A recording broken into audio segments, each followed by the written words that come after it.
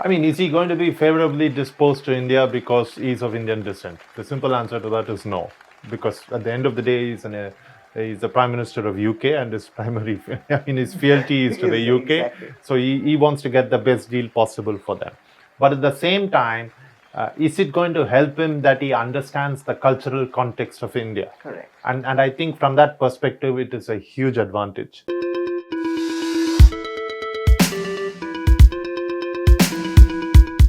Rishi Sunak is the new UK PM, and while some in Britain are doubtful over his ability to fix their crisis hit economy or are uncertain about his elevation as UK PM, Indians across the world and here in India too are elated about his ascent to the top post in Britain. Now, the enthusiasm is palpable across newspapers, TV channels, WhatsApp groups, social media, everywhere you look. It's Rishi Sunak topping the airwaves, creating the buzz.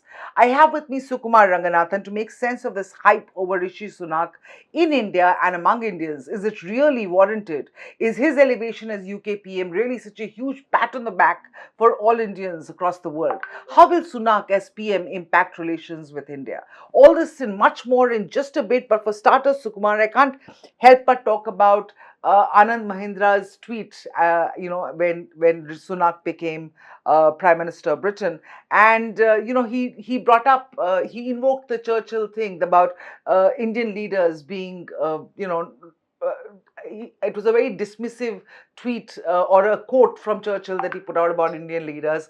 And what sense do you make out of this elation over Sunak's elevation anyway, among Indians across the world? Is it warranted in the hype that it's created? The simple answer to that is yes. And the answer is yes because he is the first person of color to become the UK's Prime Minister. Right. Might not have been through an election. So, there are these voices that say he doesn't have a popular mandate, but he was elected fair and square picked fair and square by the Conservative Party. Right. He was born in the UK. So he is an Englishman in that sense, but he is also of Indian descent from undivided India by way of Africa, because his grandfather went there and then from there went to the UK where he was born. Significant because don't typically see European countries electing people who are of South Asian origin.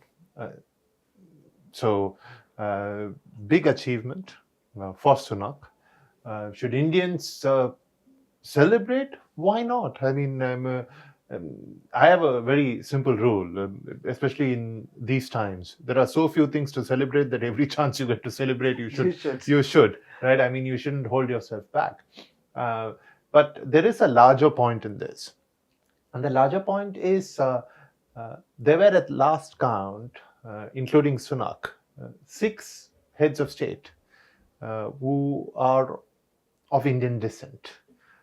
There's someone in Guyana, there's someone in Suriname, there is someone in Fiji, then there is the Portuguese Prime Minister, then there is Sunak himself, and then you have deputy heads of state, including Kamala Harris, who has some Indian blood in her, so they are of Indian descent. And I think it's interesting, and I think in some ways it's also a reflection of the fact that Indians have been travelers, right? I mean, and in the mid 19th century, many of them were forced to travel. They were indentured workers who were sent to Africa, to South America, to the West Indies, yes, to parts of the Pacific, to some islands in the Pacific. And you do have to some islands in the Indian Ocean, and you do have sizable Indian populations there. Mauritius, for instance, is a country which has had a lot of people of Indian descent who reached positions of power. In fact, the interesting thing is Suella Braverman is again of Indian descent. Right. Her mother is a second or a third generation Mauritian Indian, right? So it is, Indians get around and seem to assimilate well. And over a period of time, if they do assimilate well, it is only natural that some of them rise to the top and do well in their chosen fields, whatever their fields might be. Could be arts and culture, could be politics, could be business. Yes, right? so many CEOs or not global not CEOs not of really Indian descent. surprising again, given the number of people who've gone. So I think it's good, and I don't particularly care what Churchill said or what Churchill didn't. I mean, it might make for good Twitter copy, but or good tweets. But I just think that this is an indication of how globalized the world is getting. And it's good, isn't it? Of Right? course I it's mean, good. you can look the way Sunak does and be an Englishman, shorn of everything else. And to put it bluntly, that's what it stands for, right? Which a century ago would have been impossible. But he does face a lot. Of course, we're all very enthusiastic, and there was lots of loud cheers and a lot of elation among Indians. But he does face a lot of challenges back home, especially in getting that economy back on track, which was really the reason that that Liz Truss lost her job, as she had to quit over her economic policies. What are the challenges ahead for Sunak as UK PM? Because there are a lot of things that he can't do. Two big challenges, really. One, like you said, is the economy. The UK economy is probably one of the few large economies in the world. We recently overtook them. We became fifth, they became sixth. It's one of the few largest economies in the world, which is yet to reach its pre-pandemic size. So racked by the pandemic, hasn't recovered well. And obviously, there are other long-term issues with the UK economy that we needn't get into at this point in time. But, this is an economy that has actually been in crisis mode for the last 60 years, I would think, right? I mean, the death of manufacturing, the over-dependence on finance, and the banking crisis, the global banking crisis in 2008 did not do them any favors. So there are economic challenges that he faces. Inflation is high. The economy is slow in terms of the economic growth is low. Energy prices are high. A lot of Britons seem set to get into destitution, which is really going to be bad news. So he has to deal with that economic crisis. And the second issue, he has to unify a fragmented party, fragmented on various aspects, including economic policy. How do we react to the current crisis? Fragmented even in terms of that. And the larger context of all this is the fact that this is a party which is staring a defeat in the next election, which is scheduled for 2024. Yeah. I mean, they could push it back to 2025, but scheduled for 2024, and I think it will happen in 2024.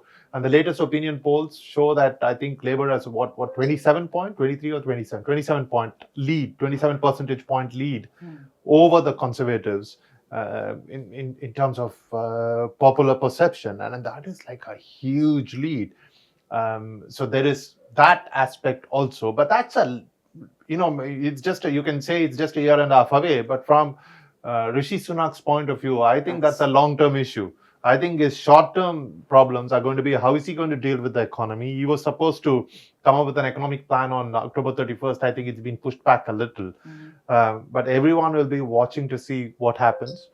I think his financial position is reasonably well known, so the bond market sort of stabilized soon after he took over, but it is still a huge challenge. Prime Minister Narendra Modi and Rishi Sunak had this conversation barely a few hours ago. They had their first conversation. Rishi Sunak was very appreciative of the Prime Minister, and of course the Prime Minister Modi also very appreciative of Sunak reaching the position that he was in, and they promised to work together to enhance mutual partnership. I will come to the FTA, which everyone wants to talk about. But before that, what difference will Sunak's elevation in the UK, scheme of things have on India-UK relations going forward? The bilateral ties, the diplomatic relations. How do you see that panning out? I mean, is he going to be favorably disposed to India because he's of Indian descent? The simple answer to that is no, because at the end of the day, he's the Prime Minister of UK, and his primary, I mean, his fealty is to the UK. Exactly. So he wants to get the best deal possible for them. But at the same time, is it going to help him that he understands the cultural context of India? Correct. And I think from that perspective, it is a huge advantage. One of the aspects we have not mentioned is the fact that he's married to Akshata Murthy, who's the daughter of Narayan Murthy, who, I mean, sparked a million middle class dreams by what he did with Infosys. So I think it makes him a much more accessible, a much more relatable figure for lots of Indians. And I think for him, the fact that he understands the culture, and he is a practicing Hindu, I think it makes for some difference in terms of his ability to deal with Indians, right? I mean, to understand what our concerns are. But does it mean, like I said, he's going to be predisposed towards India? No, right? I mean, because in these positions, every country has to look out for itself. It's the reason, for instance, in the Russia-Ukraine conflict, India's position has been very nuanced. We are against the war. More recently, more specifically, we've said no side should use, there should not even be threat of nukes. Right. As Prime Minister Modi told Putin during the bilateral, that this is not the era of war. But at the same time, we've continued to deal with Russia because it is in our self-interest to do so. So I think that is what you're going to see.